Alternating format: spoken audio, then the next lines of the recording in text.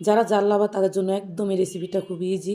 আপনারা করে এই রেসিপিটা রান্না করে প্রায় 10-15 দিনের বেশি আপনারা নর্মাল ফ্রিজে রেখে খেতে পারবেন।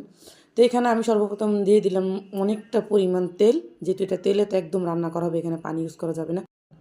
অনেকগুলো শুকনো মরিচ, তার সাথে অনেকগুলো পেঁয়াজ, আদা রসুন আমি খুব সুন্দর করে ব্লেন্ডার করে নিচ্ছি, নিয়ে আমি দিয়ে দিচ্ছি। এখানে দিয়ে দিলাম আমি কয়েকটা টমেটো দিয়ে খুব সুন্দর করে লাড়াচাড়া করে দিয়েছি। লাড়াচাড়া করা হয়ে গেলে এটা অল্প আছে খুবই লাড়াচাড়া করতে হবে, এখানে কোনো পানি ইউজ করা যাবে না। এখানে দিয়ে দিলাম আমি এখানে পরিমাণ মতো হলুদ আর অল্প পরিমাণ অনুযায়ী লবণ, আর এখানে অনেকটা পরিমাণ চাবা শুটকি দিয়ে দেবো। এটা অবশ্যই চাবা শুটকি দিয়ে করতে হয়।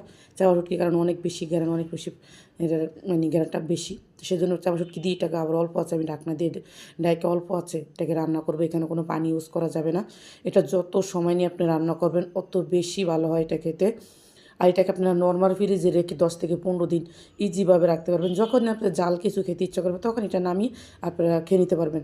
এটা যখনই আমাদের বানাই তখন রেখে দিয়ে ঠান্ডা করে নর্মাল ফ্রিজে দুজি, যখন আমার হাজব্যান্ডের খেতে ইচ্ছা করে তখন উনি নামিয়ে দিন, আমি একটু হালকা গরম করে বা একটু আগে নামায় রাখলে ঠান্ডাটা চলে গেলে হয়। তো এভাবে দেখেন আমি অনেকটা সময় নিয়ে এটা রান্না করতেছি। যত সময় নিয়ে রান্না করবেন তত কালারটা চেঞ্জ হবে, দেখতে কতটা লোভনীয়।